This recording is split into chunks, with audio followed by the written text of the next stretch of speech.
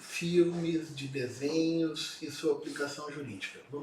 Quero ver alguns exemplos. Tá. Por exemplo, aí depende da área, porque tem muito exemplo, depende da área que você queira considerar. Eu vou falar Fala os mais pitorescos, conhecidos, que mais chamam a atenção. Eu adorei do Diabo Veste Prada. Uhum. Aliás, você sabe, eu vou copiar, eu vou Claro. aplicar nas minhas aulas de trabalho. Né? Fica à vontade. Por exemplo, eu vou falar de direito de família com crianças. Tem muito filme da Disney que dá pra falar das novas constituições de família. Por exemplo, tem aquela ideia de pai, mãe e filho, mas se a gente for reparar, a maior parte das princesas clássicas da Disney não tem mãe, é só o pai. Então são famílias anaparentais, né? Aquela família, aliás, uniparental que só tem o pai ou só tem a mãe, mas a maioria só tem o pai.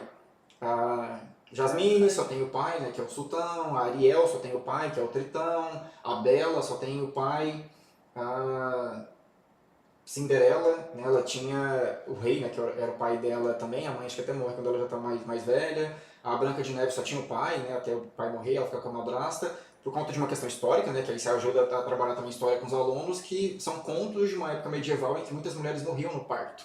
Então era muito comum que meninas crescessem sendo criadas por madrastas e pelo pai, porque a mãe tinha morrido em algum momento da gravidez dela, né, ou do parto dos irmãos. Então a figura materna é muito ausente em muitos contos de fada por causa do contexto histórico. Porque não tinha tecnologia de parto, essas coisas. Aí as mulheres morriam com alguma facilidade. E aí você pode usar os filmes da Disney para falar sobre as novas configurações de família, sobre como a questão de um filho e o pai já é uma família. Você não precisa ter mais uma outra pessoa para construir uma família, não precisa ser pai, mãe e filho. Dá para fazer uma família desse jeito. Dá para pensar em família eudemonista, né? Ou seja, aquela ideia da família que se agrega por vontade mesmo de estar junto, a do Rei Leão. O Timão, o Pumba e o Simba formaram uma família naquele período de crescimento do Simba. Verdade. E eles não tinham nenhum laço de parentesco. Verdade. Né? Foi por uma questão de amizade, de viverem como uma família e se tratarem como família.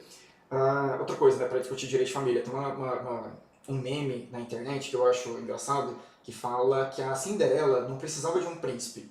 Ela precisava de um advogado para expulsar a madrasta, já que a casa era dela. Mas é um exemplo que eu gosto de usar em sala de aula quando a gente está discutindo direito sucessório, porque não, que a gente tem que lembrar do direito de habitação da madrasta, como viúva sobrevivente, então ela tem o direito de moradia, ela não pode ser expulsa. Talvez ela não tenha direito ao patrimônio, dependendo do regime de bens, aí você consegue trabalhar usando um conto de fadas muito comum. Você consegue trabalhar na cabeça de todo mundo. Todo mundo conhece, então você consegue trabalhar princípios do direito sucessório, direito de família, a questão de como é que se dá esse direito real de habitação, né, do cônjuge sobrevivente, dá para trabalhar isso. A questão do contrato entre a Ariel e a Úrsula, da Pequena Sereia, é um contrato que eu uso nas aulas de direito das obrigações, para falar sobre vícios do negócio jurídico, né, que a Ariel tinha 16 anos, então tecnicamente ela poderia assinar um contrato, só que aí teria que ter autorização ou pelo menos acompanhamento do pai dela nesse processo. Aí olha a questão do preço, né, que o negócio seria considerado um negócio jurídico impossível ou inválido, porque ela não pode ceder a voz dela num contrato, né? Ela não pode pagar esse preço. Porque o nosso Código Civil, o direito à personalidade, diz que você não pode ceder nenhuma parte do seu corpo, né, e ainda que seja a voz, a gente, né, coloca na questão como se fosse a corda vocal, que você não pode dispor do seu corpo de um jeito que vai gerar um prejuízo permanente. E é o que ia acontecer, né? Que ela ia ficar muda, então era um prejuízo permanente. Então você consegue pegar uma história que todo mundo conhece, cresceu assistindo o filme, ouvindo a história, dá para trabalhar direito às obrigações e contratos com os alunos. Dá para falar de constituições de família usando desenhos da Cartoon Network. Tem um desenho que chama Clarence o Otimista, que o pai dele faleceu, né? Ele mora com a mãe e a mãe mora com o namorado, o Xadão. E aí você consegue falar para os alunos sobre união estável, porque eles não são casados, mas são casais de namorados que moram juntos. E ele faz o trabalho de pai com o Clarencio. Aí dá para trabalhar a questão de socioafetividade também, da paternidade, né, socioafetiva. Dá para trabalhar algumas questões relacionadas com democracia e direitos fundamentais naquele filme O V de Vingança, que tem essa discussão de que muitas pessoas às vezes abrem mão da liberdade por uma ideia de segurança. E aí é um debate que a gente faz, não é uma questão de democracia. Será que o discurso do medo não é um discurso que é muito instrumentalizado pela política para te convencer a votar em determinada pessoa? Porque aí você fala assim, não, eu prefiro ficar em segurança do que ser livre. E aí a gente consegue trabalhar esse tipo de discussão. Tem muitos livros de distopia que são muito bons para discutir a história do direito mesmo, de questões constitucionais. Tem aquele livro do George Orwell, A Revolução dos Bichos, que eu gosto de usar de exemplo para explicar sobre constitucionalismo abusivo. Porque o constitucionalismo abusivo é você pegar uma ideia constitucional e distorcer ela até ela ser menos democrática, ela ser menos jurídica.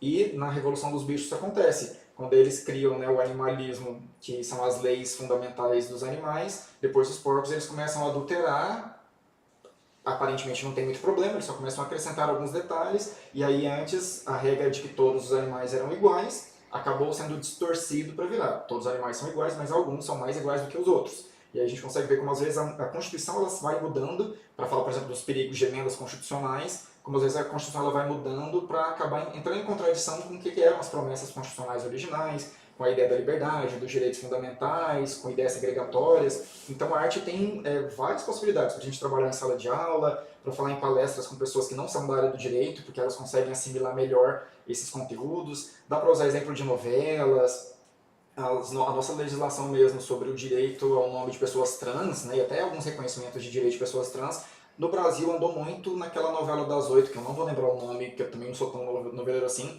mas que tinha um rapaz trans na novela, né, que primeiro se identificava como mulher, depois ele se descobriu como um rapaz trans, a mãe que era preconceituosa e tal, e aí teve essa sensibilização social, e aí a gente começou a ter mais normas por pressão popular, dessa ideia do reconhecimento do direito das pessoas trans, da questão da união afetiva também, várias novelas, então a gente tem muita produção cultural que ajuda nesse sentido a entender algumas coisas, e aí às vezes as produções culturais elas servem tanto para refletir essas mudanças sociais, a gente consegue usar isso no direito, como elas também podem servir como instrumento para ajudar a pressionar mudanças sociais. E aí eu sempre acho um caminho muito fascinante de pesquisa, de aula, porque a gente consegue trabalhar muito o assunto com um material que está acessível na internet, na televisão, nesses canais de TV pago, né, na TV a cabo, por exemplo, nessas plataformas tipo Netflix, então tem sempre muita coisa legal para trabalhar com direito.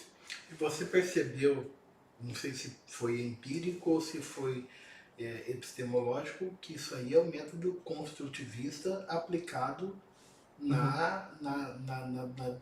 no ensino jurídico, né? Uhum. Eu percebia isso intuitivamente na época que eu estava na faculdade, que eu começava a explicar para os meus colegas alguns conteúdos que eles não entendiam, e aí eu usava essas referências da cultura, e eu comecei a ver que isso funcionava, e aí quando eu comecei a lecionar, eu comecei a incorporar isso, e aí depois eu falei assim, nossa, não dá para usar ferramentas sem refletir necessariamente sobre elas. Aí eu comecei a estudar mais sobre docência, sobre metodologia, aí eu fui vendo que algumas dessas aplicações eu usava errado, porque tem uma metodologia certa para usar, e outras eu falei assim, eu estava usando por intuição uma coisa que tem toda uma construção, né, da tradição do pensamento da educação que dá para utilizar. E aí fui me aprimorando mais para trabalhar isso. Eu tenho especialização nessa área e ficou bem claro para mim que você está usando uma metodologia essencialmente construtivista, pegando elementos da cultura pop, da cultura que está enraizado na sociedade, qualquer jovem alcança, e isso deve dar um grid e o povo, olha, eu fiquei, já é mais uma que eu vou tentar, é que cada um no seu quadrado, mas eu vou tentar buscar, porque é fantástico, é sensacional. Eu imagino que você deve ter vários exemplos de deslumbramento de sala de aula, né? Uhum. Sim, assim, de aluno que resolve fazer inclusive TCC por causa de alguma indicação de filme. Tem uma aluna que eu orientei no TCC que ela até publicou um artigo que ela fez uma análise da filosofia da Hannah Arendt e da banalização do mal e de um filme, né, estadunidense que eu tinha indicado para eles assistirem e que fala exatamente disso, de como é que você consegue precarizar tanto o ambiente de trabalho a ponto de violências acontecerem e ninguém fazer nada, porque o mal está tão banalizado que a pessoa está preocupada só com o trabalho dela, que ela tem que cumprir a meta dela, que violências acontecem e a pessoa prefere não se meter. Que aí é aquela coisa assim, por que soldados não fizeram nada, né? Por que cidadãos da Alemanha não fizeram nada? Por causa da coisa da banalidade do mal. O problema não é meu, é outra pessoa que está fazendo, é outra pessoa que está realizando isso. E aí ela pegou, né, fez a pesquisa, analisou esse filme, fez a associação do filme com a teoria da Hannah Arendt, e aí ela inclusive publicou depois como artigo numa revista. E olha só, Arthur, voltando lá no outro gancho que a gente estava, quando eu estava falando para você como estabelecer a disputa e como estabelecer a paridade de armas no ambiente político de hoje, quero crer, tenho eu comigo, que talvez essa paridade não esteja em usar os mesmos instrumentos. Uhum. Como, Wander? Talvez a antítese seja o melhor remédio. Se as pessoas falam tanto de ódio, separação, a gente pode começar a falar sobre amor, sobre união. Aí vai falar assim, não, mas isso não tem alcance, isso não tem chamariz. Não, mas espera lá. Mas ensinaram que isso não tem alcance. Mas o que as pessoas querem hoje? As pessoas querem paz de espírito. Elas não estão mais confortáveis consigo mesmo, com a vida em família, com a vida que elas têm. Então, talvez aí esteja a medida da solução. Não da gente descer no campo de batalha para usar os mesmos instrumentos e terminar uma guerra franca entre mortos e feridos.